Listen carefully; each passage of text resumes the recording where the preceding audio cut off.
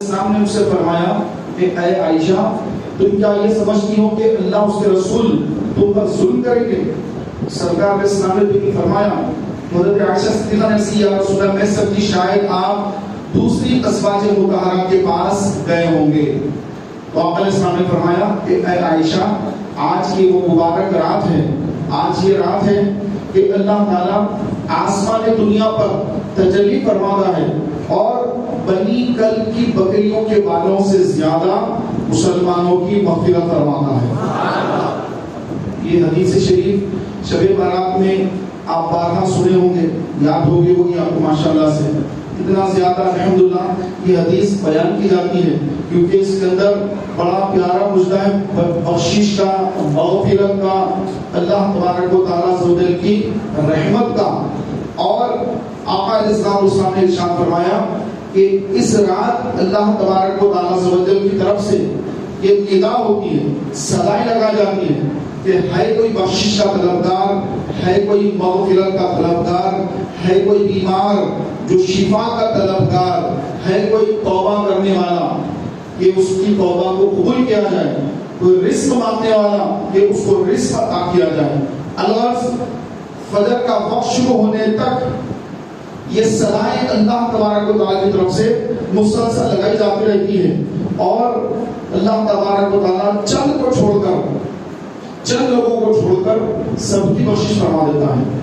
تو وہ چند لوگ جو ہیں ان میں سے پیارے بھائیوں کئی ایسے مسلمان بھائی جو اس میں ملوث ہیں، جو اس رات بخشے نہیں جاتے، تو ان میں اللہ نہ کرے ہمیں سے کوئی ہو۔ فرمایا گیا کہ جن کے آج کی رات بخشش نہیں ہوتی ہے، مغفرت نہیں ہوتی ہے، ان میں نمبر 1 شرک کرنے والا، کہ جو اللہ کی ذات کو مانتا تو ہے ساتھ ہی ساتھ کسی اور کو بھی ملاتا ہے، اس کو کہتے ہیں شرک۔ تو شرک کرنے والا، اللہ کے ساتھ کسی کو ملانے والا، شرک کرنے والا مشرک، کہ رب کو بھی مانتا ہے ساتھ ہی ساتھ اللہ کے ساتھ کسی اور کو بھی مانتا ہے، اللہ کی ذات میں ملاتا ہے، شرک کرنے والا۔ پھر فرمایا بے نمازی، کہ جو نمازیں نہیں پڑھتا۔ پھر فرمایا شراب کا عادی، جو ڈرنک کر رہے، شراب پینے والا ہے، ہمیشہ شراب پیتا ہے، شراب سے توبہ نہیں کرتا۔ اسی طرح فرمایا ماں باپ کا نافرمان، کہ جو ماں یا باپ کا دل دکھاتا ہے، ان کو تکلیف دیتا ہے، ان کی بات نہیں مانتا، ان سے ان کو ناراض رکھتا ہے، اس کے ماں باپ اس سے ناراض ہیں، اس کی مغفرت نہیں ہے۔ پھر فرمایا کہ رشتہ توڑنے والا، رشتہ توڑ دینے والا، جیسے رشتے ہوتے ہیں بھائی بہن کا رشتہ، چاچا کا رشتہ، ماموں کا رشتہ، خالہ کا رشتہ، پھوپھو کا رشتہ، یہ جو رشتے ہوتے ہیں تو رشتوں کو کاٹنے والا، رشتوں کو توڑ دینے والا، رشتوں کو توڑنے والا، یہ بھی آج کی رات مغفرت سے محروم کر دیا جاتا ہے۔ پھر فرمایا کینہ پرور، یعنی دل میں دشمنی رکھنے والا، بغیر کسی شرعی عذر کے دل میں کینہ رکھنے والا، ایسا شخص بھی آج کی رات بخشش اور مغفرت سے محروم کر دیا جاتا ہے۔ پھر فرمایا جادوگر، جو جادو کرتے ہیں لوگ، دیکھا ہوگا آپ نے جادوگر ہوتے ہیں، جادو کرتے ہیں لوگوں پر، تو جادوگر کی بھی اس رات مغفرت نہیں ہوتی ہے۔ پھر فرمایا کہ تکبر کے ساتھ اپنے ٹخنوں سے نیچے اپنا تہبند لٹکانے والا، تہبند یعنی اس زمانے میں لوگی جس طرح ہوتی ہے تہبند باندھا جاتا تھا، آج پینٹ ہے، شلوار ہے، کرتا ہے، دیگر چیزیں۔ تو یہ تکبر کے ساتھ اگر کوئی بندہ اپنے کپڑے ٹخنوں سے نیچے لٹکائے، شرط یہ تکبر کے ساتھ، بعض لوگ جن کے پاجامے نیچے ہوتے ہیں یا پینٹ وغیرہ ہے کوئی ٹخنوں سے نیچے ہی ہوتا ہے، لیکن اگر اس کے اندر تکبر ہے، تکبر کے ساتھ اپنے ٹخنوں کے نیچے کپڑے لٹکاتا ہے، تو ایسے بندے کے لیے آج کی رات بخشش اور مغفرت نہیں ہوتی۔ پیارے بھائیوں، ان کے جو گناہ بتائے گئے ہیں، یہ گناہ ان سے جو ہے توبہ کرنا لازم ہے، کیونکہ آج کی جو مبارک رات ہے، اس رات اللہ تبارک و تعالیٰ عز و جل توبہ کرنے والوں کی توبہ کو قبول فرما لیتا ہے۔ تو اب ہمارے دل کے اندر اگر ان میں سے کوئی بیماری ہے، روحانی بیماری، جس سے ہماری بخشش میں یہ بیماری جو ہے آڑے آ گئی ہے، یہ گناہ ہماری اور بخشش کے درمیان آڑے آ گیا ہے، تو آج رات اس آڑ کو ختم کر دینا ہے، اسپیڈ بریکر کو نکال دینا ہے، تاکہ ہم منزل تک پہنچ جائیں، ہماری بخشش ہو جائے، رب تعالیٰ ہم سے راضی ہو جائے اور رب تو سبحان اللہ کہ آج کی مبارک رات ایسی رات ہے کہ آج ایک سال بھر کے سارے معاملات نپٹائے جانے والے ہیں کہ آنے والے سال میں کس کو کتنی صحت ملے گی، کس کو کتنا رزق ملے گا، کون بیمار پڑ جائے گا، کون مر جائے گا، کون حج پر چلا جائے گا، سبحان اللہ۔ تو کس کی موت ہونے والی ہے، کس کی ولادت ہونے والی ہے، کس کے یہاں بچہ ہوگا، کس کے یہاں بچی ہوگی، آج لکھا جانے والا ہے، کس کے تعلق سے کیا ہونے والا ہے، وہ سال بھر کے سارے معاملات آج لکھے جانے والے ہیں۔ تو کتنی اہم ترین رات ہے، کتنے اہم ترین فیصلے ہو رہے ہیں، اہم ترین فیصلے ہو رہے ہیں۔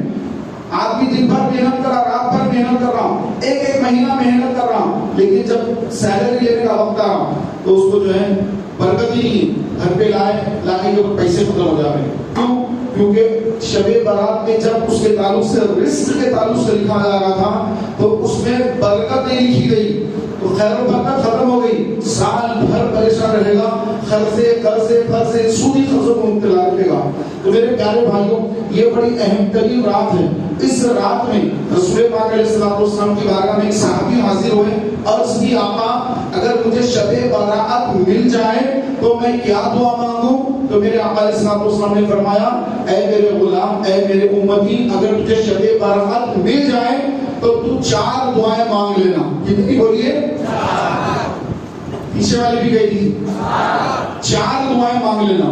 نمبر 1 کہ اللہ کے حضور عرض کرنا کہ اے اللہ میری توبہ کو قبول فرما لے۔ جب توبہ قبول ہو گئی تو سارے گناہ معاف ہو گئے، چھوٹے بڑے ہر گناہ معاف ہو گیا، سارا اعمال نامہ مکمل گناہوں سے پاک ہو گیا، کوئی گناہ اعمال نامہ میں نہیں ہے، مغفرت ہو گئی، سارے گناہ بخش دیے گئے۔ اب نیا جو ہے سال شروع ہو رہا ہے، شب برات سے اعمال نامہ نیا اسٹارٹ ہو رہا ہے۔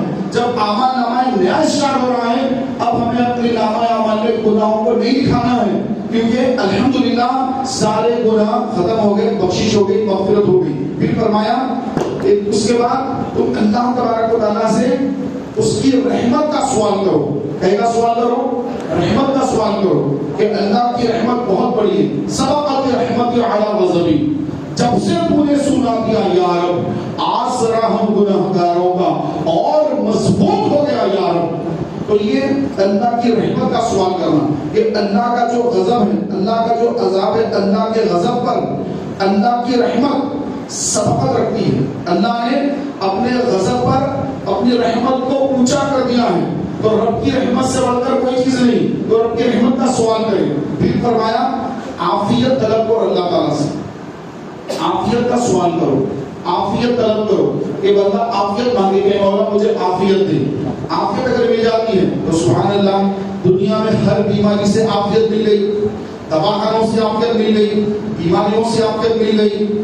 کئی لوگوں کے اوپر جھوٹے مقدمات ہیں، جھوٹے مقدمات کی وجہ سے کورٹ کچہری جانا آنا ہے، بڑی پریشانی ہے، بڑی تکلیفیں ہیں، لیکن جس بندے کو آج کی رات عافیت مل گئی تو تمام تکلیفیں جگہوں سے نجات مل گئی۔ سبحان اللہ۔ یہ جو کورٹ کچہری پھرتے ہیں بیچارے، یا جن کو جیلوں میں بند کر دیا گیا، جھوٹا مقدمے میں ان کو جیل کے اندر ڈال دیا گیا، کوئی ثبوت نہیں ہے، بلا وجہ جیل میں بند کر دیا گیا، تکلیف میں ہیں، مشکل میں ہیں، مصیبت میں ہیں، پتہ نہیں کیا ہونے والا ہے۔ تو میرے پیارے بھائیوں، آج کی وہ مبارک رات ہے جس رات میں فرمایا گیا کہ اللہ کے حضور تم دعا مانگو تو عافیت طلب کرو، کہ جس کو عافیت مل گئی اس کو سب کچھ مل گیا۔ کہ دنیا میں بھی عافیت مانگو، کہ قبر میں بھی اس کو عافیت ملے، میدان محشر میں عافیت ملے، پل سے رات پر گزر رہا ہے عافیت مل جائے، عافیت سے گزر رہا ہے۔ سبحان اللہ۔ پھر رسول پاک کی شفاعت نصیب ہو گئی، داخل جنت ہو گئے، عافیت کے ساتھ داخل جنت ہو گیا۔ پھر آپ علیہ السلام نے جو چوتھی دعا فرمائی وہ یہ کہ تم اللہ تعالیٰ سے رزق حلال کا سوال کرو۔ سبحان اللہ۔ رزق حلال، رزق جو ہے صرف کھانا ہی رزق نہیں ہے، انسان کا لباس بھی رزق ہے، انسان کا آج کے دور کے اعتبار سے اس کے پاس اگر موبائل ہے وہ موبائل اس کا رزق میں شامل ہے، اس کی سواری بھی اس کے رزق میں شامل ہے، اس کا گھر بھی اس کے رزق میں شامل ہے، اس کا کاروبار سے لے کر گھر سے لے کر اس کے تمام معاملات، یہ ساری چیزیں رزق میں شامل ہیں۔ تو آقا علیہ السلام نے فرمایا حلال رزق، رزق حلال طلب کرو۔ کہ انسان جب حلال روزی کھاتا ہے، حلال لقمہ کھاتا ہے، تو پھر پیارے محترم بھائیوں اس کے اندر نمازوں کا جذبہ بھی پیدا ہوتا ہے. ماہ رمضان آئے تو روزے رکھنے کا بھی جذبہ ہوتا ہے، تراویح پڑھنے کا بھی جذبہ ہوتا ہے، تلاوت کرنے کا بھی جذبہ ہوتا ہے، اللہ کو راضی کرنے کا بھی اس کے اندر شوق اور جذبہ ہوتا ہے. لیکن جو حرام کھاتا ہے، سود کھاتا ہے، نعوذ باللہ لوگوں کو دھوکہ دے کر مال ہڑپ لے کر کھا جاتا ہے، تو پھر نہ اس کو نماز پڑھنے کا جذبہ اندر سے پیدا ہوتا ہے، نہ روزے رکھنے کا جوش پیدا ہوتا ہے، نہ تراویح پڑھنے کے لیے اس کے گھٹنوں میں کوئی طاقت پیدا ہوتی ہے. وہ تو تراویح کے نام سے گھبرا کر بھاگ جاتا ہے. کیوں؟ رزق حرام جو کھا رہا ہے، حلال کھانے کو تیار نہیں، حرام روزی کھا کھا کر لوگوں کو دھوکے دے دے کر مال لوگوں کا قرض لیا، واپس دینے کو تیار نہیں، لوگوں کو جو ہے جھوٹ بول کر مال لے لیا، ان کی زمینوں پر قبضے کر لیا، ان کے کاروباروں پر قبضے کر لیا، دکانوں پہ قبضے کر لیا اور سود کا کاروبار کر رہا ہے. تو ایسا بندہ پیارے بھائیوں جب یہ ایسی حرام کمائی کھاتا ہے تو اس کو رمضان کیا، بقرعید کیا، شب بارات کیا، وہ تو سمجھ رہے کہ میں تو بہت مالدار ہوں، میں کیوں مسجد میں جا کر بیٹھوں، میں تو اپنے ایئر کنڈیشنر روم میں بیٹھوں گا اور موبائل نکال کے دیکھوں گا، جو سمجھ میں وہ دیکھوں گا، مجھے حاجت نہیں کہ میں یہاں وہاں جاؤں. تو وہ آتے بھی نہیں اکثر لوگ ایسے یہاں پر جو آتے ہیں عموماً جن کے دلوں میں اللہ نے اپنا خوف پیدا کر رکھا ہے، اکثر ایسے مسلمان مسجدوں میں نظر آتے ہیں. اور اکثر دیکھا جاتا ہے کہ جو حرام کمائی کمانے والے ہیں، حرام کھانے والے، حرام پہننے والے، اپنے اہل و عیال کو حرام کھلانے پلانے والے، ایسے لوگ نہ مسجدوں کی طرف آتے ہیں، نہ رمضان میں ان کو کوئی جذبہ ملتا ہے، بس وہ اپنی زندگی گزار رہے ہیں کہ وہ ان کی گھروں کے اندر بھی رمضان میں کوئی ماحول نہیں بنتا ہے. نعوذ باللہ رمضان کے اندر بھی وہ صرف عید کی تیاری کے لیے پورا رمضان شاپنگ میں لگے ہوتے ہیں.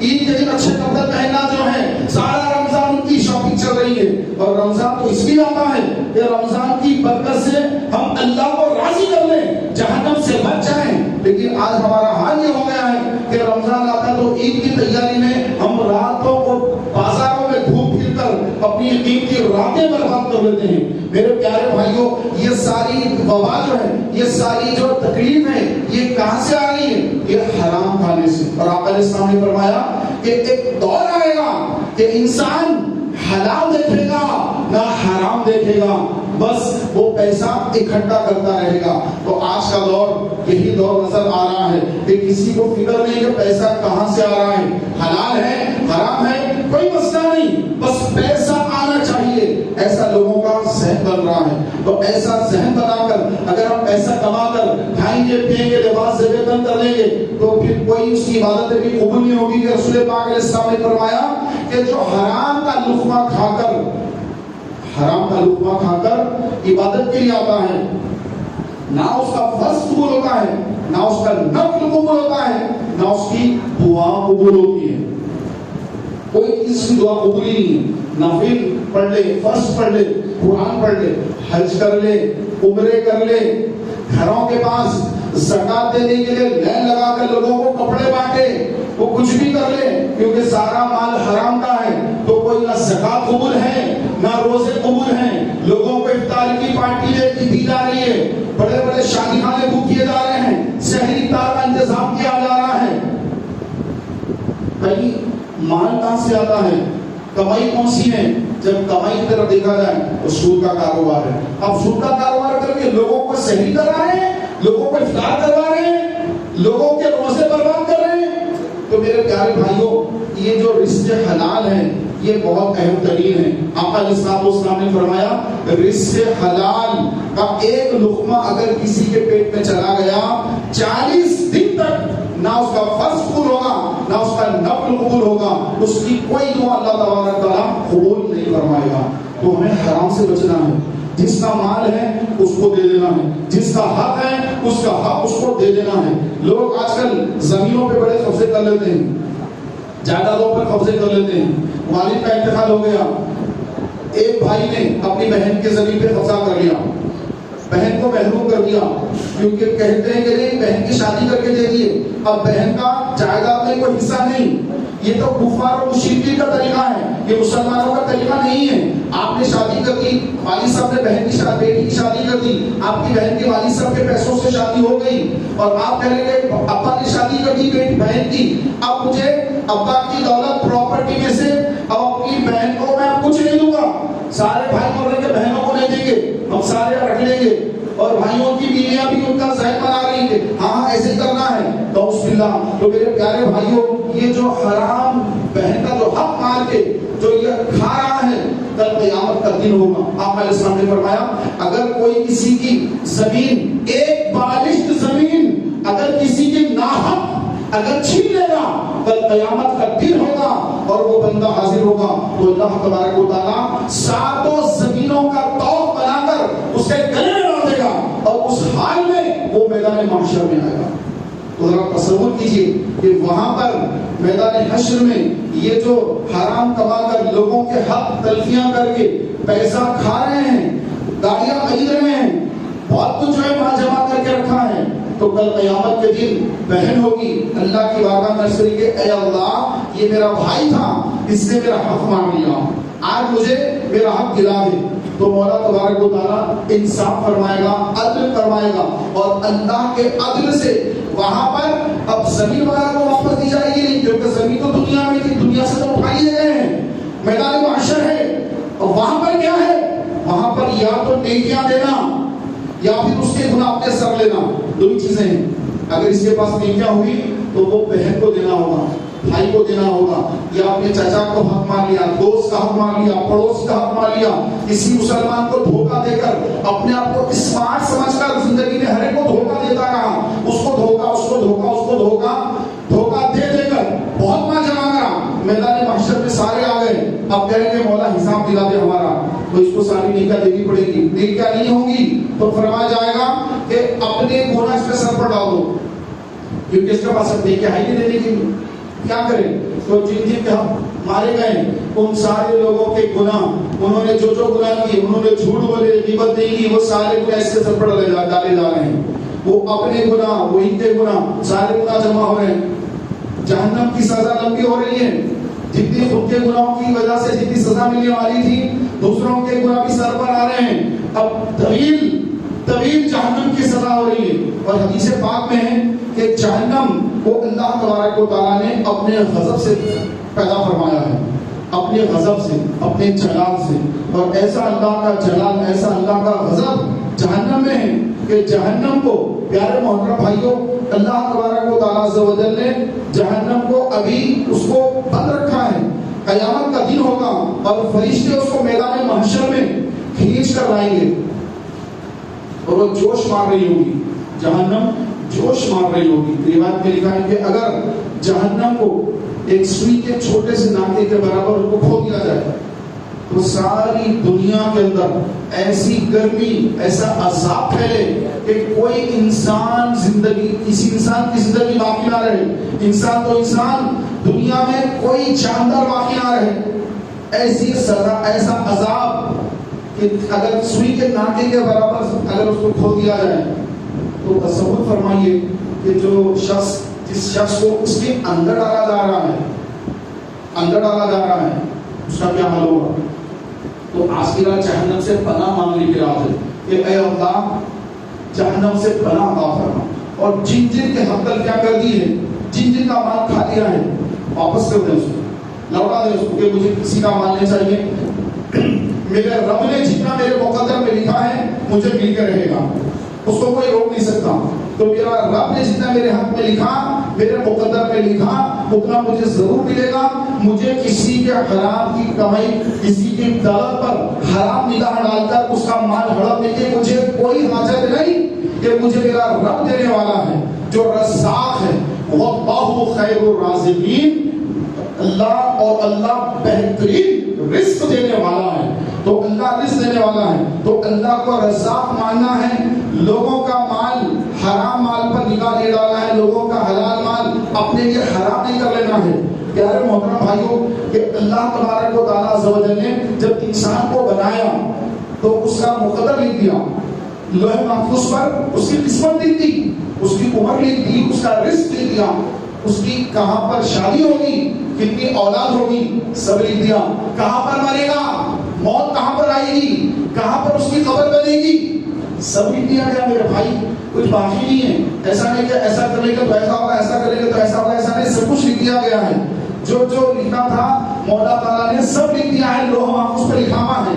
اور اللہ والے اس کو دیکھ بھی لیتے ہیں. تو لکھا ہے اس لیے اللہ نے کہ اپنے محبوبی کو دکھا دے کہ کس کے مقدر میں کیا لکھ دیا میں نے. یہ ساری چیزیں لکھی مولا تعالیٰ کے پاس. تو میرے پیارے محترم بھائیوں، آج کی اس مقدس رات، اس مبارک رات اللہ تبارک و تعالیٰ کی بارگاہ میں گڑ گڑا کر رونے کی رات ہے. قبر کے اندھیرے کو یاد کر کے رونے کی رات ہے. آج بڑی روشنیاں ہیں، مسجدوں کو روشن کیا گیا ہے، آج ہمارے گلیوں کو روشن کیا گیا ہے، قبرستان کے اندر لائٹیں لگائی گئی ہیں. یہاں پہ تو بظاہر بڑی لائٹیں ہیں، لیکن ایک وقت ہم پر وہ بھی آئے گا کہ ہم ہوں گے اور ہماری قبر کی تنہائیاں ہوں گی، قبر کا اندھیرا ہوگا. آج کی روشنیاں تو بڑی روشنیاں ہیں. ایسی راتیں ہم مرنے کے بعد قبر میں بھی آئیں گی، بہت ساری راتیں قبر میں آئیں گی، لیکن ہم قبر میں پڑے رہیں گے اور ہم سوچتے رہیں گے کاش کہ مجھے زندگی ملتی، مجھے شب برات ملتی تو میں بھی اللہ تعالیٰ کی خوب عبادت کرتا، خوب اللہ تعالیٰ کو راضی کرنے کے لیے اپنے آنسو بہاتا. لیکن مرنے کے بعد اس کا چانس ختم ہو چکا ہے. اس کے لیے اب قبر ہی اس کا ٹھکانہ ہے. قیامت تک اس کو اپنی قبر میں رہنا ہے، قبرستان جانا ہے، وہاں عبرت حاصل کرنا ہے. رسول پاک علیہ السلام نے ارشاد فرمایا کہ میں نے تمہیں پہلے قبرستان جانے سے روکا تھا، قبروں کی زیارت سے روکا تھا، منع کیا تھا کہ مت جاؤ، لیکن اب میں تم کو اجازت دیتا ہوں، میں تم کو کہتا ہوں، میں تم کو حکم دیتا ہوں کہ تم جاؤ، قبور کی زیارت کرو، قبروں کی زیارت کرو کہ تمہیں آخرت کی یاد دلانے والی ہیں. انسان جب دیکھتا ہے قبر کے اوپر کہ کس کا نام لکھا ہے، یہ فلاں بندے کا نام ہے، یہ بھی اس کی عمر، یہ اس کی عمر تھی، یہ یہاں پر پڑا ہوا ہے. ایک وقت مجھ پر بھی آئے گا کہ لوگ میری قبر سے گزرتے گزرتے میرے بھی قطبے پر پڑھ لیں گے کہ یہ میرا نام ہے، یہ میرے والد کا نام ہے اور یہ میری وفات کی تاریخ ہے. تو یہ وقت مجھ پر آنے والا ہے، لیکن آیا نہیں، ابھی نہیں آیا، آنے والا ہے. تو کیوں نہ میں یہاں پر آنے سے پہلے یہاں کی کچھ تیاری کر لوں. اس کا ذہن بنتا ہے، کیوں نہ میں نمازوں کی پابندی کر لوں، اذان کے ساتھ ہی مسجد میں آیا کروں. اپنی زبان سے کتنا بھی غصہ آ جائے کبھی زبان سے گالی نہ دوں، کیونکہ میرا رب سن رہا ہے، فرشتے سن رہے ہیں. نکیرین کرامت کاتبین، جو لکھنے والے معزز فرشتے ہیں، وہ لکھ رہے ہیں. تو میں زبان سے جھوٹ نہیں بولوں گا، کسی مسلمان بھائی کو گالی نہیں دوں گا، کسی مسلمان بھائی کی غیبت نہیں کروں گا. اپنا یہ ذہن بناتا چلا جائے، کیونکہ میرے پیارے بھائیوں، آقا علیہ السلام نے فرمایا کہ تمہیں عبرت حاصل ہوگی. تو عبرت کے لیے قبرستان جانا ہے، عبرت کے لیے. اور فرمایا کہ جب قبرستان جاؤ تو قبر والوں کو سلام بھی کہو، السلام علیکم یا اہل القبور، اے قبر والوں تم پر سلام ہو، اللہ کی رحمت و برکت ہو کہ اللہ تمہارے ہمارے گناہوں کو بخش دے، اور ہم تم پہلے گئے، ہم تمہارے بعد میں آنے والے ہیں. تو میرے پیارے بھائیوں، قبرستان جانا، لیکن جوتا چپل پہن کر مت جانا، ننگے پیر جانا. کہ قبر والوں کے بارے میں آقا علیہ السلام نے فرمایا کہ جب تم قبرستان جاؤ تو جوتا چپل اتار کر، جوتا اتار کر جاؤ، نہ تم انہیں تکلیف دو نہ وہ تمہیں تکلیف دیں، کیونکہ وہ ایک شہر خاموشہ ہیں، وہاں پر مسلمان سو رہے ہیں، آپ جوتا پہن کر جا رہے ہیں، چپل پہن کر جا رہے ہیں، تو ان کو اذیت پہنچتی ہے. یہ کیسی اذیت پہنچتی ہے، یہ تو مرنے کے بعد ہی پتا چلے گا کہ وہ کیا اذیت تھی. ہم تو حدیثوں میں پڑھے اور سنے بیانوں میں مرکز پر، لیکن حقیقت کیا ہے یہ تو جب ہم مریں گے تو جب ہی معلوم ہوگا کہ کیسی اذیت پہنچتی ہے. تو لہٰذا فرمایا گیا کہ قبرستان جاؤ تو اپنے چپل جوتے اتار لو. ہاں، اگر قبرستان کے اندر کانچ وغیرہ ہے یا پھر جھاڑ وغیرہ ہے ایسے کہ اس میں کانٹے نکلے ہوئے ہیں، تو پھر آدمی کو اجازت ہے کہ وہ جوتا یا چپل پہن کر جا سکتا ہوں. لیکن چونکہ اب شب برات کے موقع پر کمیٹی والوں نے، مسجد کی، قبرستان کی کمیٹی والوں نے قبرستان کو صاف کرانا ہوتا ہے، اس کی کلیننگ کی ہوتی ہے، اندر صاف صفائی کرائی ہوتی ہے. تو اب تو آپ کو ضرورت نہیں کہ جوتا یا چپل پہن کر جائیں، بلکہ بغیر چپل کے، بغیر جوتے کے ہی آپ قبرستان تشریف لے جایا کریں اور سلام کریں قبر والوں کو، کہ آپ جس کو جانتے یا نہیں جانتے آپ سلام کریں گے، وہ سلام کا جواب دیں گے. لیکن ہمیں خبر نہیں ہوگی کہ وہ جواب دے رہے ہیں، ہمیں سنائی نہیں دے گا، لیکن وہ جواب دیں گے. پھر فرمایا علیہ السلام نے کہ جو قبرستان جائے 11 مرتبہ سورہ اخلاص قل هو اللہ احد یہ سورت 11 مرتبہ پڑھ کر قبرستان کے مرحوم مسلمانوں کو 30 سال ثواب کر دے گا تو اللہ تبارک و تعالیٰ اس قبرستان میں جتنے ہیں ان سب کو ثواب عطا فرمائے گا، اور ساتھ ہی ساتھ اس ایصال ثواب کرنے والے کو قبرستان میں جتنے مسلمان ہیں ان کی تعداد کے برابر نیکی عطا فرمائے گا۔ تو میرے پیارے بھائیوں، جب آپ قبرستان جائیں قبر والوں کو سلام کہیں، فاتحہ پڑھیں، 11 مرتبہ سورہ اخلاص پڑھیں اور ان کی مغفرت کی دعا کریں گے۔ روایت میں لکھا کہ ایک شخص کا اللہ تعالیٰ درجہ بلند کرے گا، بندہ کرے گا مولا یہ درجہ میرا بلند کیسے ہوا؟ تو اللہ تعالیٰ فرمائے گا کہ تیرا بیٹا تیرے لیے مغفرت کی دعا کیا تو میں نے تیرا درجہ بلند کیا۔ تو اپنے مرحومین کو ثواب کیسے پہنچائیں؟ مغفرت کی دعا کریں کہ یا اللہ میرے والد صاحب کی مغفرت فرما۔ اس طرح اپنے مرحوم والد کے لیے دعا کریں۔ کسی کی ماں کا انتقال ہو گیا تو ماں کا نام لے کر کہ اے اللہ میری ماں کی مغفرت فرما۔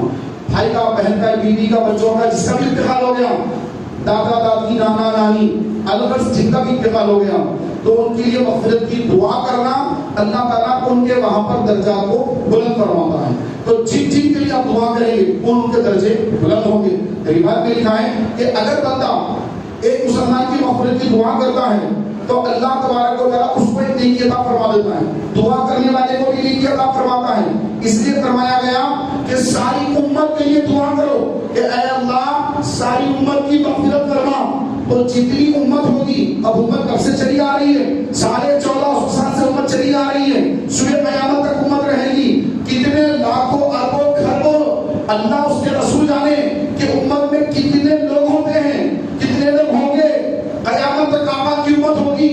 تو امت کی مغفرت کی جو بندہ دعا کر لے تو امت میں جتنے لوگ ہیں ان کی تعداد کے برابر اس دعا کرنے والے کو اللہ تعالیٰ نیکی عطا فرماتا ہے۔ چلیے میں کرتا ہوں، کر دیتا ہوں، آپ بھی آمین کہتے ہیں اس دعا میں۔ ہم سب کو جو ہے اربوں خربوں نیکیاں ہاتھوں ہاتھ ہمارے اعمال نامے میں آ جائے۔ یا اللہ عز و جل ہمارے والدین کے اور ساری امت کی مغفرت فرما، آمین۔ تو میرے پیارے بھائیوں، اس دعا کو آپ ہمیشہ کے لیے اپنی دعا میں شامل کر لیں۔ فجر، ظہر، عصر، مغرب، عشاء نماز کے بعد آپ اس دعا کو اپنی دعا میں شامل کر لیں۔ اس وقت کہ امت کی تعداد کے برابر آپ کے دامن عمل میں لے کے آئیں گے، سبحان اللہ۔ اور اس کو ہر بات کو آگے بڑھانے کا بھی ذہن بنا لیں کہ آپ اپنے گھر جائیں، اپنے گھر والوں کو بتائیں، اپنے بھائی بہنوں کو بتائیں، اپنے دوست احباب کو بتائیں، یہ دعائیں بتائیں لوگوں کو، تاکہ یہ بات عام ہو، بات بہت پھیلتی چلی جائے۔ آقا علیہ السلام نے فرمایا کہ جس نے میری حدیث سنی، جیسی سنی ویسی آگے بڑھائی تو اللہ تعالیٰ اس کے چہرے کو تر و تازہ رکھے، سبحان اللہ۔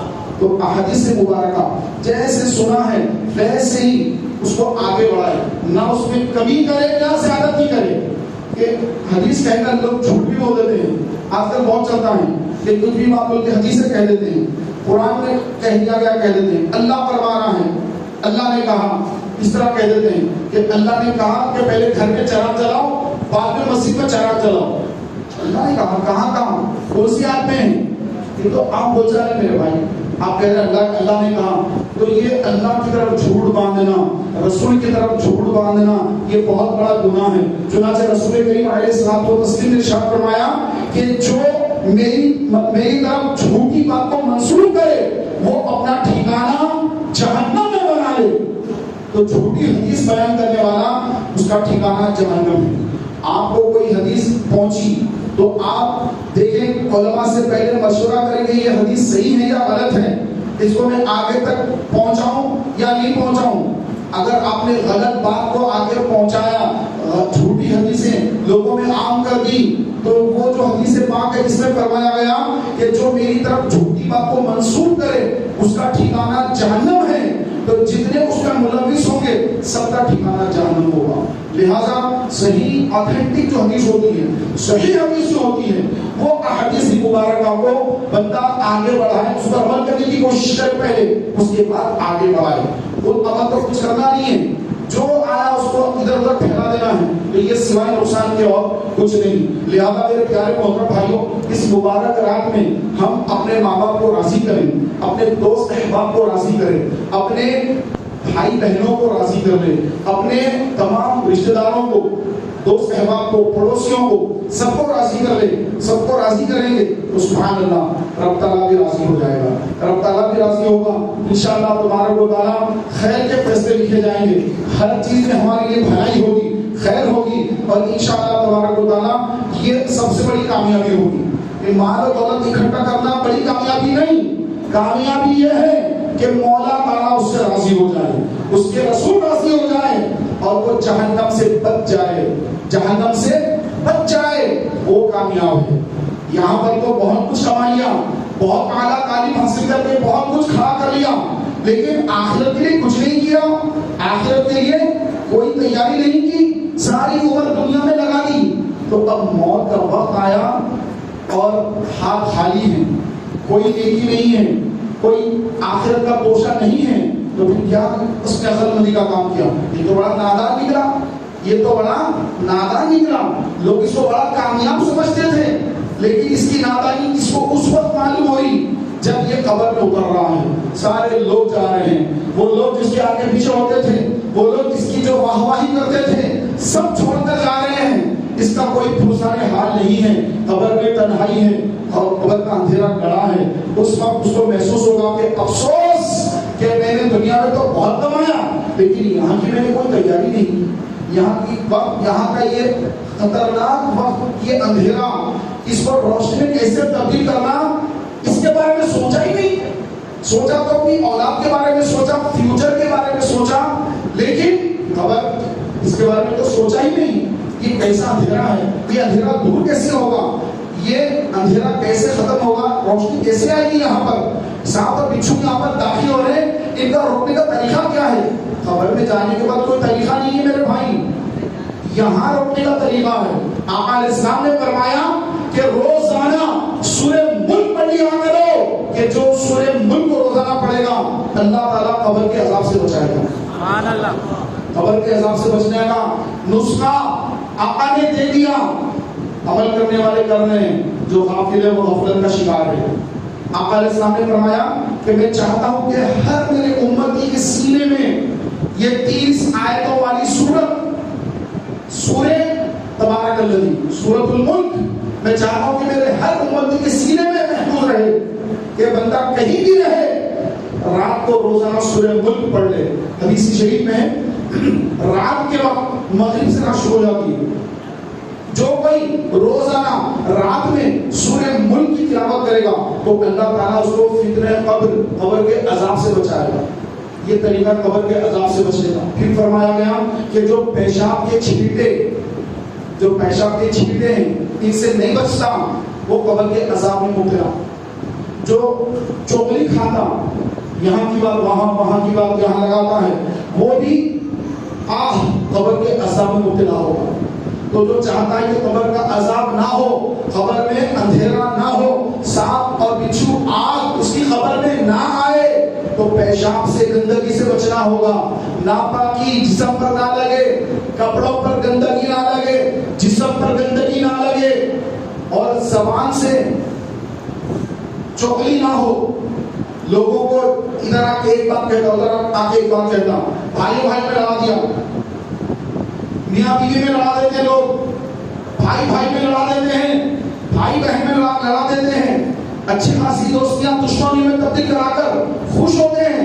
ایک ایسے دوست ہے، ایسے دشمن بنا دیا دونوں کو کہ ایک دوسرے کو دیکھنا پسند نہیں کر رہے، ایسا دشمن بنا دیا۔ ارے بابا یہ کیا کر رہے ہیں آپ تو میں نے کہا بہت اچھا کام کیے، آپ جب مرو گے، آپ جب قبر میں پہنچو گے تو یہی آپس میں دشمنیاں ڈالنے کی وجہ سے یہ قبر کا جو عذاب آپ کو دیا جائے گا، اس وقت آپ ہوش میں آئیں گے کہ میں نے کیا کر دیا، یہ کیا کر لیا، میرا تو کوئی فائدہ نہیں ہوا، لیکن اب یہاں جہنم کی آگ جل رہی ہے، قبر کا عذاب ہو رہا ہے، یہ سانپ بچھو ڈنک مار رہے ہیں، تو وہاں سے بچ کے بھاگنے کی کوئی سبیل نہیں، کوئی راستہ نہیں۔ تو یہاں پر وہ طریقہ بتایا گیا کہ اپنے آپ کو بچا لو غیبتوں سے، چغلیوں سے، لڑاؤ مت آپس میں، دوسرے کو محبتیں پیدا کرو، جھوٹ مت پھیلاؤ، ایک دوسرے کے دلوں کے اندر نفرتیں مت ڈالو۔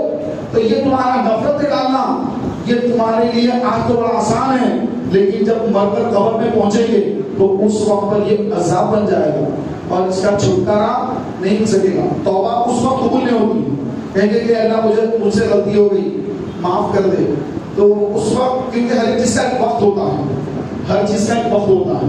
رات میں 2 بجے کوئی آپ جا کے ناشتہ نہیں کرتے، رات کے 2 بجے کا ٹائم تو سونے کا ٹائم ہے، صبح میں آپ فجر کے بعد ناشتہ کرتے ہیں، ہر چیز کا وقت مقرر ہے۔ رات میں 2 بجے آپ ظہر کی نماز نہیں پڑھتے، ظہر کے وقت پہ ظہر کی نماز پڑھتے ہیں، تو اسی لیے توبہ کا بھی وقت ہے، اور وہ وقت کب تک ہے؟ جب تک سورج مغرب سے طلوع نہ ہو جائے توبہ کا وقت موجود ہے۔ اور اس میں بیچ میں ایسی مبارک راتیں اللہ تعالیٰ عطا فرما کر خاص اپنے بندوں کو موقع دے دیتا ہے حضور کے صدقے میں، حضور کی امت کو، کہ ایسی مبارک راتیں نہ موسیٰ علیہ السلام کی امت کو ملی، نہ عیسیٰ علیہ السلام کی امت کو ملی، نہ ابراہیم علیہ السلام کی امت کو ملی، نہ نوح علیہ السلام کی امت کو ملی۔ یہ ساری مبارک راتیں کس کو مل رہی ہیں؟ حضور کی امت کو مل رہی ہے، حضور علیہ السلام کے صدقے میں مل رہی ہے۔ آقا کا صدقہ ہم کھا رہے ہیں، آقا کا صدقہ ہماری بخشش ہو رہی ہے۔ تو میرے پیارے بھائیوں، ایسی راتوں سے بھرپور فائدہ اٹھانا ہے، ہر گناہ سے توبہ کر لینا ہے، ہر گناہ سے اپنے آپ کو دامن چھڑانا ہے، گناہوں سے اپنا نامہ اعمال گناہوں سے پاک کرنا ہے، کوئی گناہ ہمارے اعمال نامے میں نہ ہو۔ ہماری جب فجر کی نماز ہو اور جب یہ صدائیں آنا بند ہو جائے اللہ کی طرف سے، کیونکہ فجر تک یہ آوازیں آ رہی ہیں، ہم کو سنائی نہیں دیتا، لیکن ابھی بھی یہ چل رہا ہے اللہ کی طرف سے۔ ہے کوئی بخشش کا طلبگار، اس کی بخشش کر دی جائے، ہے کوئی رزق مانگنے والا، اس کو رزق دیا جائے، ہے کوئی توبہ کرنے والا، اس کی توبہ قبول کر لی جائے، یعنی سارے گناہ معاف کر دیے جائیں۔ توبہ قبول کا معنی یہ پچھلے سارے گناہ معاف۔ تو یہ صدائیں ہو رہی ہیں مولا کی طرف سے، فجر کا وقت شروع ہوگا تو یہ صدائیں آنا بند ہو جائیں گی، بند ہو جائیں گی صدائیں آنا۔ تو اس وقت تک ہم زیادہ سے زیادہ اللہ کے حضور رو رو کر اپنے گناہوں کو یاد کر کے مولا تبارک و تعالیٰ کو راضی کر لیں اور صحت مانگ لیں، ایمان کی سلامتی مانگ لیں۔ کہ روایت میں لکھا ہے کہ انسان صبح میں مسلمان تھا تو شام تک کافر ہو جاتا ہے، ایسے الفاظ وہ زبان سے بے خبری میں ادا کر دیتا ہے جس کے سبب اس کا ایمان برباد ہو جاتا ہے۔ تو لہٰذا اپنے ایمان کی سلامتی کی دعا مانگیں کہ اے اللہ میرے ایمان کو سلامتی عطا فرما، کہ موت کے وقت میرا ایمان سلامت رہے۔ یہ سب سے بڑی اہم دعا ہے کہ موت کے وقت ایمان سلامت رہنا۔ دیکھیے کئی ایسے لوگ ہیں کہ جن کو اللہ نے ایمان کی دولت دی لیکن وہ ایمان کی دولت سے غافل ہیں، اور دوست رشتہ دار ان کے پڑوسی وغیرہ جن کی صحبت میں اٹھنا بیٹھنا ہے تو وہ اگر بدعقیدہ ہیں تو یہ بھی بدعقیدہ بن رہے ہیں، اگر وہ غیر مسلم ہیں تو کئی ایسے ہماری مسلمان لڑکیاں بچیاں جاب کر کے نوکریاں کرتی آفسوں میں، اور نعوذ باللہ ان کے طریقے پر جا کر شادیاں کر کے اپنا دین بدل رہے ہیں۔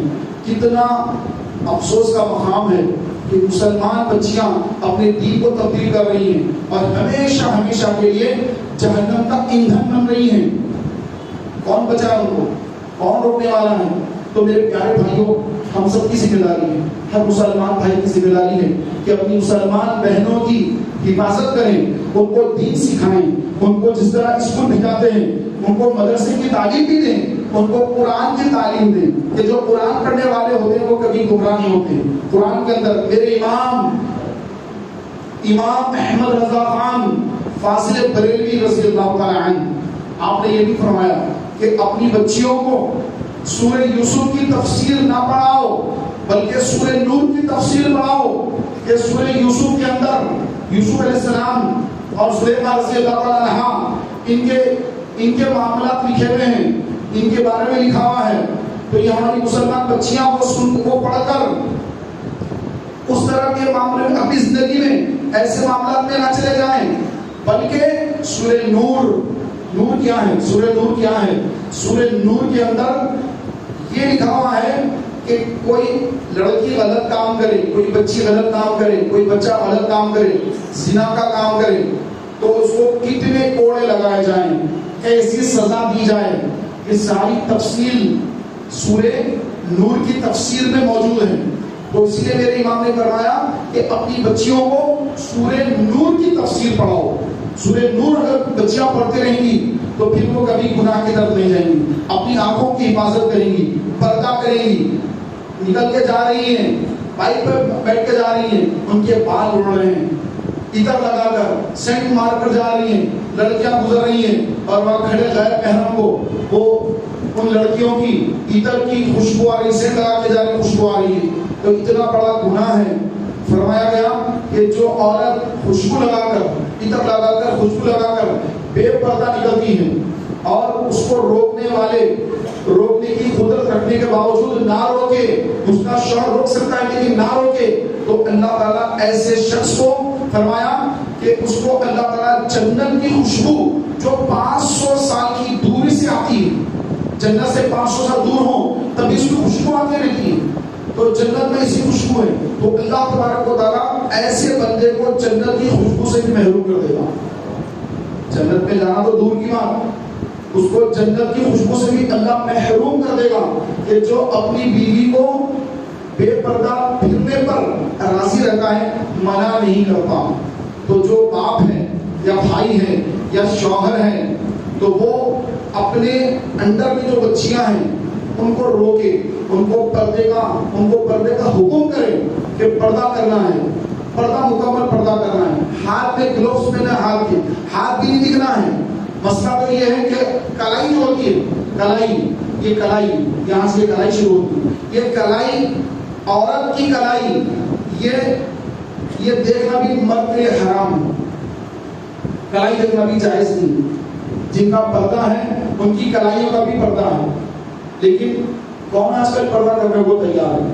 تو میرے پیارے بھائیوں، یہ پنجہ جو ہے، انگلیاں کے پنجہ، یہاں کا اتنا حصہ یہ دکھانے کی اجازت ہے، لیکن علماء نے فرمایا کہ یہ بھی نہ دکھائیں بلکہ گلوز پہن لیں ہاتھوں کے کہ اس کا بھی پردہ ہو، کیونکہ جس کے دل میں بیماری ہوتی ہے تو اس کی بیماری اور بڑھتے رہتی ہے دیکھنے کے بعد میں.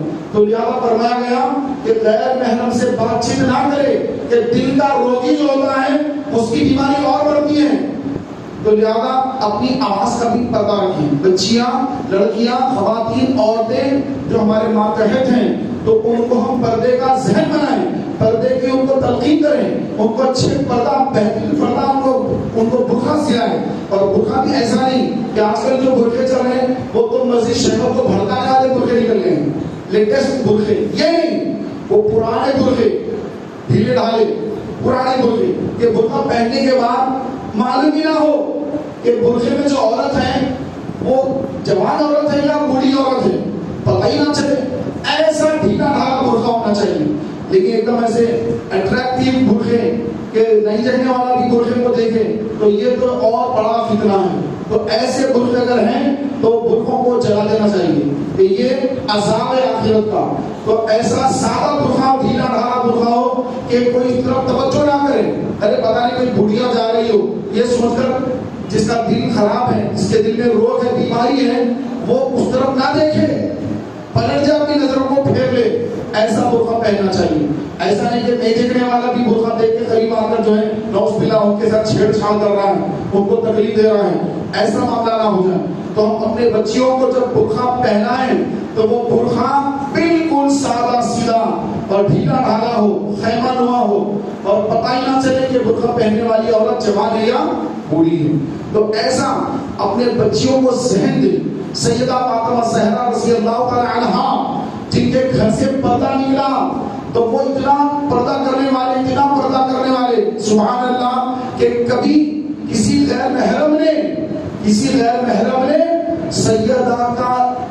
سیدہ جب باہر کی کسی کام سے نکلے تو ان کا جو ہے ان کو دیکھنا تو دور کی بات، فرمایا کہ آپ نے یہ وصیت فرمائی کہ جب میرا وصال ہو جائے تو وصال کے بعد میرے جنازے کو رات کے اندھیرے میں نکالنا عشاء کے بعد، تاکہ غیر محرم کی نظر بھی میرے جنازے پر نہ پڑے. اتنا پردہ کرنے والے اب ان کے غلام، ہماری بیٹیاں، ہماری بہنیں، ہماری مائیں، ان کی کنیزیں ہیں لیکن بے پردہ پھر رہی. کتنا افسوس کا مقام ہے. تو میرے پیارے بھائیوں، اپنے گھروں کے اندر پردے کا ماحول بنانے کا ذہن دیجیے کہ ہر ہماری وہ بہن جو ہماری بات سنتی ہے، اس کو پردے کا ذہن دی، بیٹا پردہ کر لو، بیٹے پردہ کر لے، برقع پہن لے، ہاتھوں میں گلوز پہن لے، نگاہ نیچے رکھ کے چلے. فرمایا گیا کہ مردوں کو چاہیے کہ اپنی نگاہ نیچے رکھ کر چلے. حکم دیا گیا مردوں کو کہ تم جب چلو راستہ تو نگاہ نیچے رکھ کے چلو، ادھر ادھر بے چین نظری نہ ہو، بے قراری بے چینی شہوت کی تسکین کے لیے ادھر ادھر دیکھ رہا ہے کہ کدھر دیکھو تو سکون ملے گا. تو میرے پیارے بھائیوں یہ بڑی بدبختی کی بات ہے. اپنی آنکھوں کی حفاظت کریں. روایت میں لکھا ہے کہ جو بندہ اپنی آنکھوں کی حفاظت کرتا ہے کہ نگاہ سے ادھر ادھر نہیں دیکھتا ہے تو اللہ تعالیٰ قیامت کے دن، قیامت کا دن ہوگا، آنکھوں کی حفاظت کرنے والے نوجوان سے رب تعالیٰ راضی ہوگا. اور قیامت کے روز اللہ تعالیٰ فرمائے گا ہرنی جیسی آنکھوں والی حوروں کی طرف اللہ تبارک و تعالیٰ اس نوجوان کو بتائے گا کہ دیکھیے ہرنی جیسی آنکھوں والی حوریں ہیں، ان میں سے جس کو چاہتا تو لے لے، کیونکہ دنیا میں تم نے اپنی نظر کی حفاظت فرمائی. تو جو اپنی آنکھوں کی حفاظت کرنے والا نوجوان ہے رب تعالیٰ اس کو وہ دے گا قیامت کے روز. فرمائے گا کہ ان ہرنی جیسی آنکھوں والی حوروں میں سے جس کو چاہے لے لے. تو میرے پیارے محترم بھائیوں یہ ہماری آنکھیں جو ہیں یہ بد نگاہی کے لیے نہیں ہیں، بلکہ ہماری آنکھیں اللہ کی بہت بڑی نعمت ہے. جن کی آنکھیں چلی گئی ان سے پوچھیں، جن کو دکھتا نہیں ہے، نظر نہیں آتا، ان سے پوچھیں کہ آنکھیں اللہ کی کتنی بڑی نعمت ہے.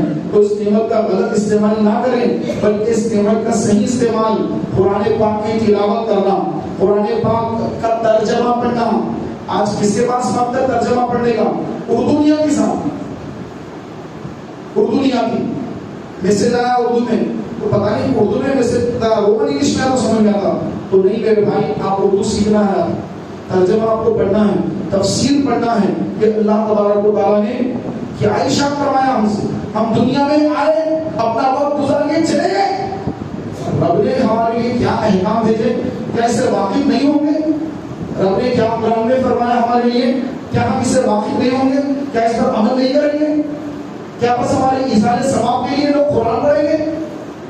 قرآن تب پڑھیں گے پیارے بھائیوں صرف ایثار ثواب کے لیے کہ ایک یاسین پڑھ لیا 10 قرآن کا ثواب مل گیا، سورہ واقعہ پڑھ لیا رزق میں برکت کے لیے پڑھ لیا، سورہ ملک پڑھ لیا قبر کے عذاب سے بچنے کے لیے پڑھ لیا، تو ٹھیک ہے پڑھ تو لیا، لیکن قرآن پڑھنے کے بعد قرآن پر عمل کرنا، حفظ کر لیا، قرآن حفظ کر لیا، لیکن ترجمہ کیا ہے؟ ترجمہ بھی پڑھنا چاہیے، تفسیر بھی پڑھنا چاہیے، پھر عمل کرنے کی کوشش کرنا چاہیے. حدیث پاک میں ہے کہ جو بندہ قرآن کو حفظ کر لے اس کے حرام کو حرام جانے، حلال کو حلال جانے اور قرآن کے مطابق عمل کرے تو ایسا حافظ قرآن کل قیامت کے دن اپنے افراد خاندان میں سے 10 بندوں کی شفاعت کرے گا. سبحان اللہ. تو قرآن حفظ کرنے کے بعد قرآن پر عمل بھی کرنا ہے، قرآن کا ترجمہ پڑھنا ہے، تفسیر پڑھنا ہے، پھر قرآن نے جن چیزوں سے بچنے کا حکم دیا اس سے بچنا، جو کام کرنے کا حکم دیا وہ کام کی طرف دوڑنا کہ میں نے یہ کرنا ہے، میرا رب فرمایا مجھ سے یہ کرنا ہے، اور میرے رب نے منع کیا کہ میں یہ کام کروں، اس سے رکنا ہے.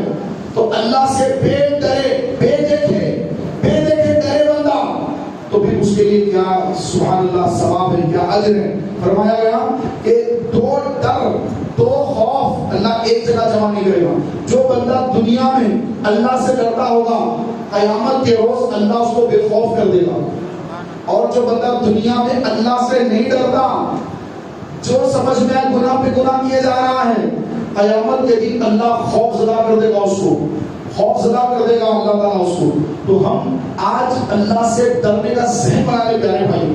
اللہ کا کلام جب پڑھا جائے تو ہم ڈر کر ہماری آنکھوں میں آنسو آنے کی کوشش اپنے اندر پیدا کریں کہ میں رب تعالیٰ سے ڈرنے والا ہوں، میں اللہ سے ڈرنے والا ہوں. اللہ کا خوف پیدا کریں کہ ہمارے آقا نبی کریم صلی اللہ تعالیٰ علیہ وسلم کی تعلیم اور تربیت سے صحابہ کرام علیہ رضوان اللہ کا خوف اس قدر ان کے اندر تھا کہ آنکھوں سے آنسو بہتے اور بہتے بہتے نشان پڑ جاتے آنسوؤں پہ. اللہ اکبر. یہ کیفیت تو ہمارے اندر پیدا نہیں ہو سکتی کہ آنسو بہتے بہتے بہتے نشان پڑ جائیں. اللہ اکبر. ایسی بڑی بات ہے پیارے بھائی. لیکن ہمارا حال تو یہ ہے کہ ہم ان مقدس راتوں میں بھی ہماری آنکھوں میں آنسو نہیں آتے. تو پھر وہ صحابہ جن کے اندر اللہ نے اتنا خوف پیدا کر دیا تھا، اپنا اتنا خوف دیا تھا کہ آج کئی ایسے لوگ ہیں کہ جو ان کو گالیاں دے رہے ہیں، ان کو برا بھلا کہہ رہے ہیں، کہ جو اللہ کے خوف سے روتے روتے جن کے چہرے پر نشان پڑ گئے تو ان کے اوپر انگلی اٹھاتے ہو، ان کو برا بھلا بولتے ہو، اور خود کے آنکھوں میں کبھی آنسو نہیں، کبھی خود اللہ کے خوف سے رونے والے نہیں. زبان پر گالی گلوچ، زبان پر چغلی کی باتیں، زبان پر برائیاں، اور پھر صحابہ کو گالیاں. معاذ اللہ، استغفر اللہ. ایسے بدبختوں کی صحبت نحوست سے دور رہیے، ورنہ آپ کا بھی ایمان برباد ہو جائے گا. جو حضور کا گستاخ ہے اس سے دوری اختیار کر لیں. جو آل رسول کا گستاخ ہے، اصحاب کرام کا گستاخ ہے، بزرگوں کا گستاخ ہے، اس سے دوری اختیار کر لیں، اس سے دور رہیں، ورنہ وہ جراثیم آپ کے اندر آ جائیں گے. کورونا کا دور چل رہا تھا، لوگ گھبرا رہے تھے ایک دوسرے سے، ارے دور ہو، ڈسٹینس، ارے کورونا نہ لگ جائے. کوئی کھانسا، کسی کو چھینک آ گئی تو آپ کی دودھ باہر رہا تھا. کیوں؟ موت کا ڈر. ارے اس کا کورونا مجھے نہ لگ جائے، پتہ نہیں سو کورونا ہے، پتہ نہیں کیا ہے. ماسک میں لگا کر کوئی آ جائے اس دور میں، لوگ سارے کہتے ہیں ماسک لگاؤ، ماسک لگاؤ. تو پیارے بھائیوں، وہ جراثیم جو ہے اس سے تو انسان مر جاتا ہے. کورونا لگ گیا، انسان مر گیا، موت آدمی مر گیا. لیکن یہ جو جراثیم ہیں، گستاخ رسول کے جراثیم جس کے اندر آ چکے ہیں، اہل بیت کی گستاخی کے جراثیم جس میں آ گئے، صحابہ کرام کی گستاخی کے جراثیم جس میں آ گئے، وہ کورونا سے ڈینجرس 100 گنا بڑھ گئے ہیں. کورونا سے تو صرف موت ہو رہی تھی، موت ہی ہو رہی تھی نا. یہاں تو ایمان ہی برباد ہو جائے گا، یہاں تو ایمان ہی چلا جائے گا. اور ایمان چلا گیا کوئی معمولی بات نہیں ہے. سننے میں بولنے میں بڑا آسان، ایمان چلا گیا بول دیا بڑا آسان ہے، 2 لفظ ہیں، سننے میں بڑے آسان ہے. لیکن یہ ایمان جانے کے بعد ہوتا کیا ہے؟ ایمان جانے کے بعد ہوتا کیا ہے؟ موت جب آتی ہے وہاں سے جو عذاب شروع ہوتا ہے، ملک الموت علیہ السلام ہر کے پاس آتے ہیں، نمازی کے پاس، بے نمازی کے پاس، مسلمان کے پاس، مشرک کے پاس، گستاخ رسول کے پاس، ہر ایک کے پاس آتے ہیں ملک الموت علیہ السلام. جب کافر کے پاس آتے ہیں، گستاخ رسول کافر کے پاس جب آتے ہیں تو ایسا خطرناک چہرہ لے کر آتے ہیں، وہ چہرہ دیکھنا خود عذاب. تو وہاں سے جو عذاب شروع ہوتا ہے تو قبر میں عذاب، محشر میں عذاب، پھر جہنم کا عذاب. اور ایسا عذاب جہنم کا، کیونکہ جہنم کبھی ختم نہیں ہوگی، جہنم کی بھی بجھائی نہیں جائے گی، جہنم کی آگ کبھی بجھائی نہیں جائے گی. جو کافر جہنم میں جائے گا ہمیشہ ہمیشہ ہمیشہ، جس کی لمٹ نہیں، ہمیشہ اس کو وہی رہنا ہوگا.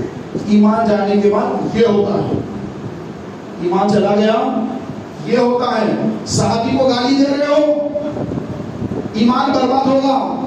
مرنے کے بعد پتا چلے گا، موت آئے گی، ملک الموت علیہ السلام کی آمد ہوگی، اس وقت پتا چلے گا کہ صحابہ کو گالیاں دے کر کیا انجام ہوتا ہے، اہل بیت کی شان میں بے بھی کرنے کا کیا انجام ہوتا ہے، امام حسین کی شان میں بے ادبی گستاخی کرنے کا، مولا علی کی شان میں بے ادبی گستاخی کرنے کا، صحابہ کی شان میں بے ادبی گستاخی کرنے کا انجام، امیر معاویہ رضی اللہ عنہ کی شان میں بے ادبی گستاخی کرنے کا انجام. موت کے وقت پتا چلے گا کہ صحابہ جنہوں نے حضور کی تعلیم پا کر دین کی تبلیغ کا کام کیا، قرآن کو جمع کیا، احادیث مبارکہ کو جمع کیا، اسلام کی خدمت کی، صحابی رسول ہے، ان کی شان میں گستاخی کرتے ہو، بے ادبی کرتے ہو. اور ایسے جراثیم والے، یہ 1000 کورونا سے بھی بھاری ان کے جراثیم ہیں، یہ خطرناک جراثیم ہیں. ہماری ذمہ داری ہے، ہم آپ کو بتا رہے ہیں، کرنا نہیں کرنا یہ آپ کی ذمہ داری ہے. جراثیم والوں کے پاس جانا لے جانا آپ سوچ لیں. لیکن الحمدللہ جو تحریک اسلامی سے وابستہ رہتے ہیں، الحمدللہ ایسے جراثیم والوں سے کوسوں دور رہتے ہیں. الحمدللہ امام احمد رضا کے پاس ایسا ویکسین ہے، امام احمد رضا کا جو ویکسین لے لیتا ہے اسے نہ گستاخ رسول کے جراثیم اس کے قریب آتے ہیں، نہ اہل بیت اطہار کے گستاخ کے جراثیم اس کے قریب آتے ہیں، نہ صحابہ کرام رضوان کے گستاخ کے جراثیم اس کے پاس آتے ہیں. ایسا ڈوز پیتا میرے امام کا کہ میرے امام کا جو اس کا ڈوز لے لیتا ہے، سبحان اللہ، اس کا ایمان سلامت رہتا ہے. تو امام احمد رضا فاضل بریلوی رحمۃ اللہ تعالی علیہ، ان کا جو طریقہ ہے یہ سب سے بڑا پیارا طریقہ ہے۔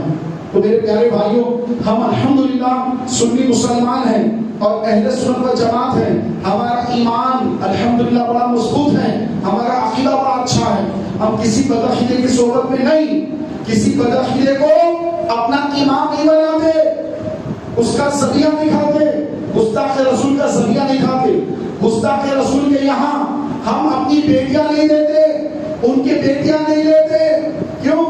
اس بنیاد پر کہ وہ رسول پاک کا گستاخ ہے، وہ گستاخ رسول ہے، تو ان سے دور رہتے ہیں۔ کیوں؟ کہ اللہ تعالیٰ قیامت کے دن یہ سوال فرمائے گا کہ اے بندے، میری خاطر کیا میرے کسی دوست سے دوستی کی اور میری خاطر میرے کسی دشمن سے دشمنی کی؟ یہ سوال ہوگا قیامت کے دن تک۔ سوال یہ بھی ہوگا کہ میرے دوست سے دوستی کی میری خاطر، میرے دشمن سے دشمنی کی میری خاطر، کی یا نہیں کی؟ یہ سوال ہوگا۔ تو کون ہے یہ دوست اور کون ہے یہ دشمن؟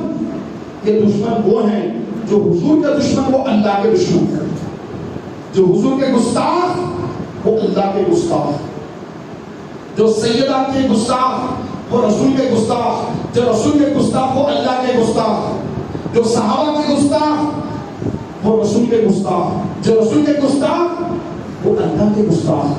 تو یہ گستاخ ہے، تو ان سے ہمارا ذاتی کوئی جھگڑا نہیں ہے، جائیداد کا، زمینات کا، پراپرٹی کا، فلاں کوئی مسئلہ نہیں ہے، بس ان سے ہمیں دوری اختیار کر رہے ہیں، ان کے اندر خطرناک جراثیم آ گئے ہیں، ان سے دور ہٹو، دور بھاگو ان سے، ورنہ وہ جراثیم آپ کے اندر آ جائیں گے، پھر وہ آپ لے کے پھریں گے، جہاں جہاں جا رہے ہیں وہاں آپ جراثیم کو بانٹ رہے ہیں، جہاں جہاں دوستوں میں بیٹھ رہے ہیں وہاں جراثیم آپ بانٹنا شروع کر دیے، تو پھر آپ کی وجہ سے جتنے گمراہ ہوں گے ان گمراہوں کا عذاب بھی آپ کو ہوگا۔ تو لہذا پیارے محترم بھائیوں، اپنے عقیدے کو مضبوط رکھیں، اعلیٰ حضرت امام احمد رضا فاضل بریلوی رحمۃ اللہ تعالی علیہ کی تعلیمات پر مضبوطی سے قائم رہیں، سنیت پر مضبوطی سے قائم رہیں، اور ساتھ ہی ساتھ اللہ تبارک و تعالیٰ عز و جل کا کلام قرآن پاک کو پڑھنے کا ذہن بنائیں۔ یہ اللہ کا کلام ہے، کسی مخلوق کا کلام نہیں، کسی رائٹر کا کلام نہیں، یہ اللہ کا کلام ہے، خالق کا کلام ہے۔ خوش قسمت ہمارے حفاظ یہ بیٹھے ماشاءاللہ، آپ ان کے دیدار کر رہے ہیں، یہ حافظ قرآن ہے، انہوں نے قرآن پاک حفظ کر لیا، قیامت کا دن ہوگا مولا تعالیٰ ان سے فرمائے گا کہ اے میرے بندے تم نے کیا کیا؟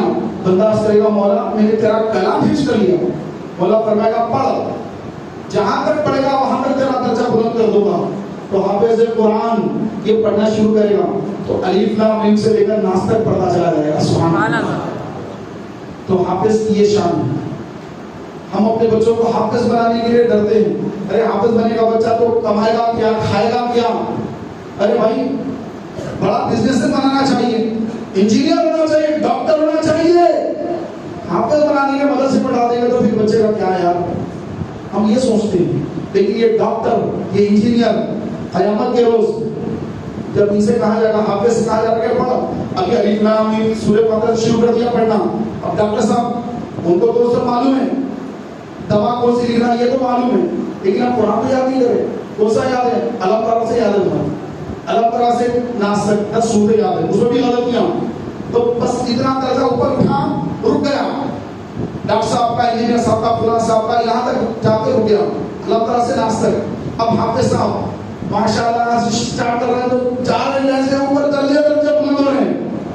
اب وہ حافظ خوش ہو رہا کہ الحمدللہ اللہ کا شکر، میرے والد صاحب لا کے مدرسے میں داخل کرے، مول صاحب مار کے پڑھا بھاگ جا رہا تھا، چھوڑ کے بھاگ جا رہا تھا، کیونکہ روایت میں لکھا ہے عام آدمی کے پیچھے ایک شیطان ہوتا ہے، حافظ قرآن کو بھٹکانے کے لیے، بہکانے کے لیے 70 شیطان ہوتے ہیں جو اس کو مدرسے سے نکالنا چاہتے ہیں۔ نکل جائے، یہ کیا یہاں پہ گھر پہ ایسا کھانا نہیں ہے، یہاں پر گھر پہ اچھا سوتا تھا، ایسا بستر یہاں پہ نہیں ہے، ہوا جا رہی سردیوں میں سردی ہو جا رہی، گھر کو چلے جا، اچھی بیڈ شیٹ وہاں پر، اچھی بلینکٹ اوڑھ کے سو جاتا وہاں پر، یہ کیا یہاں پر کوسا مار رہے، یاد نہیں ہو رہا میرے کو، تو کئی اس کے ذہن میں شیطان وسوسہ ڈالتا ہے۔ لیکن جو بندہ نہیں میں یہ کروں گا، حفظ کروں گا، جو سوچ لیتا ہے، اور ماں باپ بولتے کہ نہیں بیٹا کچھ بھی ہو آپ کو مدرسے میں رہ کر حفظ کرنا ہے، تو بندہ یہاں پہ تکلیف اٹھاتا ہے، مشقتیں جھیلتا ہے. اس کے بعد جب حافظ قرآن بنتا ہے تو پھر قیامت کے دن جب اس کے درجے بلند ہوں گے تو وہ اللہ کا شکر ادا کرے گا، ماں باپ کا شکر ادا کرے گا کہ اے اللہ تیرا شکر ہے، میرے والدین کا شکر ادا کرتا ہوں کہ والد صاحب لا کے مدرسے میں چھوڑے تھے، میں تو بھاگ رہا تھا ادھر ادھر، والد صاحب لا کے چھوڑے تھے، آج میرے والد صاحب کی بخشش کر دے اللہ. اپنے والد کی بھی بخشش کی دعا کرے گا رب کی بارگاہ میں، والدہ کی بخشش کی دعا کرے گا حافظ قرآن. میں یہ نہیں کہہ رہا ہوں کہ بچوں کو ڈاکٹر نہ بنائیں، انجینئر نہ بنائیں، آپ ان کو جو ہے آئی پی ایس آفیسر نہ بنائیے، ان کو آئی اے ایس آفیسر نہ بنائیے، ان کو ایم بی اے مت کرائیے، سی اے مت کرائیے، ان کو ایم ٹیک مت کرائیے، بی ٹیک مت کرائیے. میں یہ نہیں کہہ رہا ہوں، آپ ضرور کرائیے، ان کو ایڈوکیٹ بنائیے. آپ کے 4 بیٹے ہیں، تو 4 بیٹوں میں سے 2 بیٹوں کو حافظ قرآن بنائیے اور 2 بیٹوں کو دنیا کی تعلیم میں اعلیٰ تعلیم دلوائیے.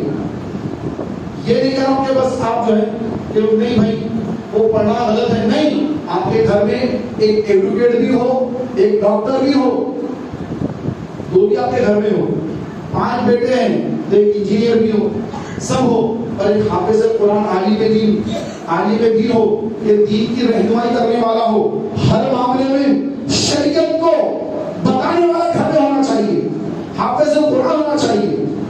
تو پیارے بھائیوں آپ بھی نیت کیجیے، آپ کے چھوٹے جو بھائی ہیں یا آپ کی اولاد جو اسکولوں کو جا رہی ہے، آپ کے 2 بیٹے 2 بیٹیاں 3 بیٹے 4 بیٹیاں جو بھی ہیں، ان میں سے ایک بیٹا اور ایک بیٹی دونوں حافظ قرآن اور عالم دین بناؤ گا. یہ ذہن بنائیے اور نیت کیجیے انشاءاللہ، کریں انشاءاللہ کہ ہم اپنی آنے والی نسلوں کو حافظ قرآن بنائیں گے، عالم دین بنائیں گے، دین کا داعی بنائیں گے.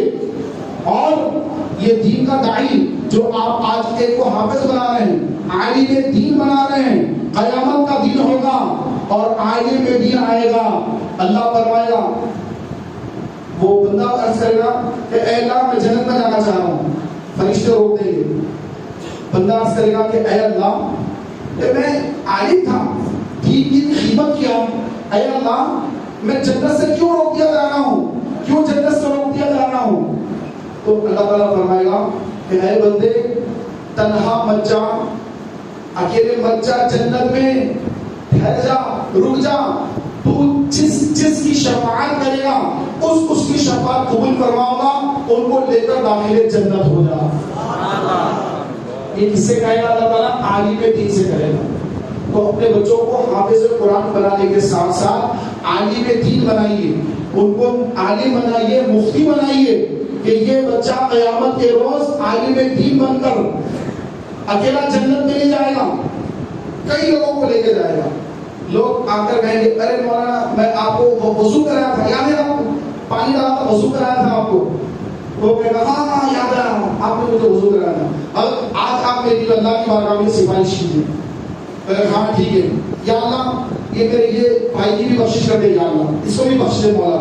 اللہ فرمایا ٹھیک ہے اس کو لے جاؤ. پھر کوئی دیکھے گا کہ حضرت میں آپ کو طہارت کے ڈھیلا دیا تھا، آپ کو یاد ہے وہاں پر طہارت کے ڈھیلا دیا تھا، تو کیا چاہتا ہے کہ آپ بھی میری سفارش کی اللہ کی بارگاہ میں. تو اللہ اس کا ہاتھ پکڑ کے مولانا کہے گا یا اللہ اس کی بھی بخشش فرما دے، مولا اس کو بخش دے گا.